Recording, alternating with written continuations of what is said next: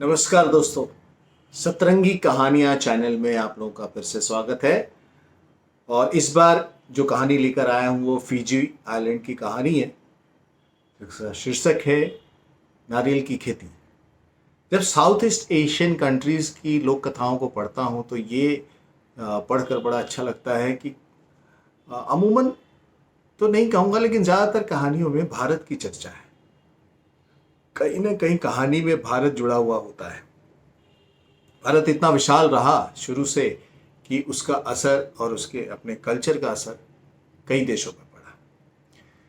तो ये नारियल की खेती जो कहानी है उसकी शुरुआत होती है कैलाश पर्वत से। कैलाश पर्वत पे रहते हैं शिव जी और पार्वती जी।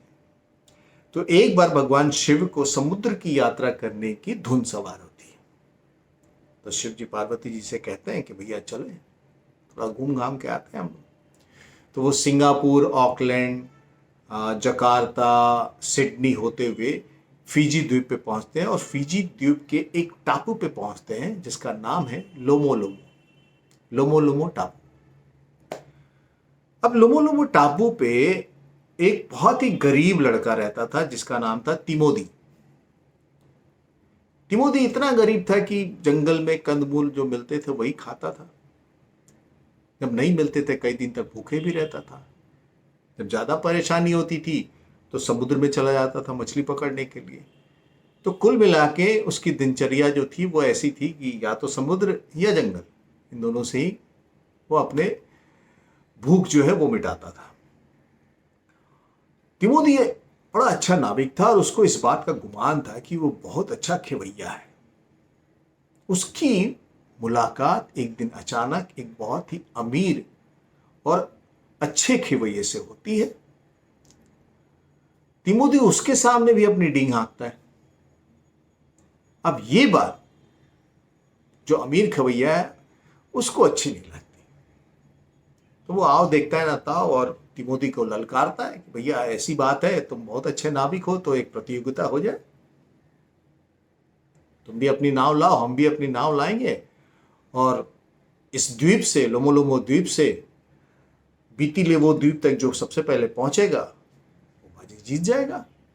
तो मान ली जाएगी भाई उसमें दम है। तिमोथी कहां पीछे हटने वाला था, उसने चैलेंज को स्वीकार किया। अब शर्त यह थी कि जिसकी भी नाव वहां सबसे पहले पहुंचेगी वो जीतेगा और हारने वाला 10 नाव जीतने वाले को देगा। और जो अगर नाव नहीं दिया तो उसे अपने दोनों हाथ गिरवी रखने पड़ेंगे तब तक जब तक कि बाकी के नाव वो लाकर जीतने वाले को नहीं दे देता। चलिए भैया, सब कुछ तय हो गया, सब शर्त मंजूर हो गई, दोनों ने कबूल लिया। तय समय पे तय दिन रेस शुरू हुई। अब जैसे ही रेस शुरू हुई एक अचानक से तूफान सा उठा समुद्र में और तिमोथी की नाव जो है वो पलट गई।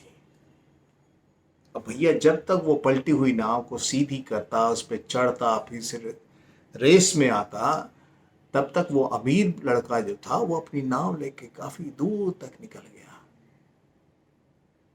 तो बाजी अमीर लड़के के पक्ष में, वो जीत गया। अब तिमोथी के पास तो सिर्फ एक ही नाव थी, रेस तो हार ही गया था, अब बाकी नाव तो दे नहीं सकता था। तो भैया इनको अपने दोनों हाथ अमीर नाविक के पास गिरवी रखने पड़े। अब इस चिंता में कि बाकी नाव कहां से लाए, कैसे लाए और अपने हाथ को कैसे वापस ले, वो घर से निकल गया। कई दिनों तक जंगल में भटकता रहा, भूखा प्यासा।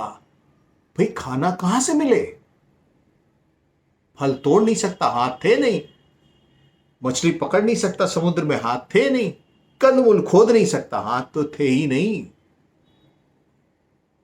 तो बेचारा इसी तरह भटकता रहा, परेशान, कुछ ढूंढता रहा, खाने को नहीं मिला, कमजोरी हो गई। जब 5-6 दिन तक खाने को कुछ नहीं मिला तो चुपचाप एक पेड़ के नीचे बैठकर रोने लगा। संयोगवश उसी द्वीप पे समुद्र तट पे भगवान शंकर और पार्वती जी टहल रहे थे। माता पार्वती को रोने की आवाज सुनाई दी। रोने की आवाज सुनी तो उन्होंने शिव जी को बोला कि हाथ पकड़ लिया, बोले कि देखिए तो कोई रो रहा है, कोई मुसीबत में है, चलिए चल के देखते हैं। शिव जी ने कहा अरे हम घूमने आए हैं और अभी कैलाश पर्वत भी जाना है। और इस कहा पृथ्वीवासी के चक्कर में आप पड़ने लगे मोह माया में। पार्वती जी बोले नहीं नहीं चलिए देखिए आवाज आ रही है, भाई कोई परेशान है, हो सकता है हमारी मदद से उसको थोड़ी सी राहत मिले। अब शिव जी उस आवाज को सुनते सुनते तिमोदी तक पहुंचे। तिमोदी से पूछा भैया क्या हुआ, क्यों रो रहे हो, तुम्हारे हाथ कहाँ गए? तो तिमोदी ने अपनी राम कहानी शिव जी को सुना दी। बोले ऐसा था, मैंने रेस लगाया और रेस में अपनी नाव तो हार ही गया मैं, बाकी की नाव दे नहीं सकता था, गरीब था, एक ही नाव थी, तो मुझे दोनों हाथ उसको देने पड़े। अब हाथ दे दिए तो खाने पीने को कुछ नहीं है, पिछले कई दिनों से मैं भूखा प्यासा ऐसे ही पड़ा हूँ। अब परेशान होकर बैठ गया कि बस अब तो बस अंत ही है। शिव जी को उस पर दया आ गई। अब भगवान थे, दया आ गई तो उन्होंने एक हवा चलाई और हवा चलाई तो बहुत सारे फल जो है वहां पैदा हो गए और उन्होंने जोर से एक पैर अपना जो मारा धरती पे तो पानी की धार फूट पड़ी। उन्होंने कहा कि तुम परेशान मत हो, लो ये खाओ और पियो। और इतना कह के वे अंतर ध्यान हो गए।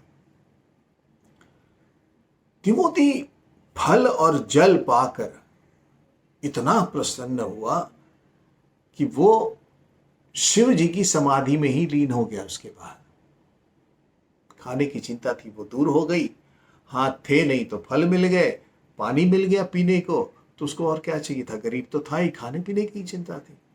वो समाधि में लीन हो गया, शिव की आराधना करने लगा। इधर शिव जी को लगा कि भाई वो जो भक्त है वो जो मिला था टापू पे, चलकर एक बार देखा जाए कि उसकी स्थिति क्या है। तो शिव जी पहुंचे, उसके पास पहुंचे तो देखे वो तो समाधि में लीन है। तो भगवान बड़े प्रसन्न हुए और कहा कि भाई तुम ऐसे पेड़ की खेती करो जिसके फल में तुम्हें जल मिले और खाने को गड़ी भी। तो तिमोती ने बोला कि मैं कैसे खेती करूंगा, मेरे पास तो बैल भी नहीं और हाथ भी नहीं है। तो शिव जी ने कहा कि ये जो खेती है ना, इसमें बैल की जरूरत नहीं पड़ती है। और इतना कह के वो वहां से चले गए। कैलाश पर्वत पहुंचकर भगवान शिव ने गणपति को बुलाया और गणपति जी से कहा आप अभी केरल जाइए और केरल से एक नारियल लेकर आप फिजी द्वीप पे जाइए और मेरा जो वहाँ पर भक्त है उसको उस पेड़ उस फल को लगाने की विधि बताइए और कैसे उसकी खेती की जा सकती है वो बताइए और बता के फिर आप वापस आइए।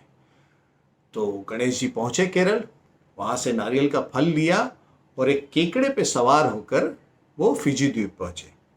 गणेश जी को ज़्यादा कठिनाई नहीं हुई उसे ढूंढने में, तिमोदी को ढूंढने में। वो वहाँ पहुँचे और उनको सारी विधि बताई और वहाँ से फिर वो कैलाश पर्वत वापस आ गए। अब तिमोदी इस फल को पाकर इतना खुश हुआ कि उससे उसकी खेती शुरू की और धीरे धीरे करके पूरे प्रशांत महासागर में नारियल की खेती होने लगी। तिमोदी ने बहुत सारा धन कमाया और नाव गिरवी रखकर अपने दोनों हाथ भी वापस ले लिए। तो ये जो कहानी है नारियल की खेती कैसे फिजी तक पहुंची और फिजी से कैसे केरल का संबंध है, केरल से कैसे गणपति और फिर कैलाश पर्वत पे भगवान शिव का संबंध है, तो ये लोक कथाओं में ये सारी चीज़ें जो होती हैं ये बड़ी अच्छी लगती हैं सुनकर। और इसमें से कहीं ना कहीं कुछ सीखने को, समझने को मिलता है कि कैसे आपस में सब जुड़े हैं। और कहते हैं कि जो चूंकि शिव जी ने नारियल के फल की चर्चा की थी तिमोथी से, इसलिए नारियल के फल में 3 आंखें होती हैं। शिव जी की 3 आंख, 2 और एक तीसरी आंख, और उनके जैसे जटाएं होती हैं, तो नारियल की भी जटाएं होती हैं। और ये भी कहते हैं कि फिजी आइलैंड पे जो केकड़े पाए जाते हैं उस पे, चूंकि गणपति जी केकड़े की सवारी करके वहां तक पहुंचे थे, तो उनके पीठ पे गणपति की भी छाप होती है। कितनी खूबसूरत होती है ना कहानियां, लोक कथाएं। तो अगर आपको ये पसंद आई हो तो लाइक करें, सब्सक्राइब कर दें चैनल को, कमेंट करके ज़रूर बताएं कैसा लगा, नहीं अच्छा लगा, बुरा लगा, जैसा भी लगा, और क्या आप सुनना चाहते हैं ये भी बताएं। कोई कहानी आपके पास हो जो आप चाहते हैं कि मैं उसे बोलूं ताकि लोगों तक पहुंचे, तो भी मुझे बताएं, फिर हम संपर्क करेंगे। और इस तरह से अपना प्यार, अपना आशीर्वाद सतरंगी कहानियां को देते रहें, और हम फिर आपके लिए एक नई कहानी लेकर आएंगे। कोई एक और लोक कथा लेकर आऊंगा। अभी मैं कोशिश ये कर रहा हूं कि अलग अलग देशों की लोक कथाएं लेकर आपके सामने आऊं। तब तक अपना ख्याल रखें, अपने माँ बाप का ख्याल रखें, अपने बच्चों का ख्याल रखें और अपने देश का ख्याल रखें। जय हिंद।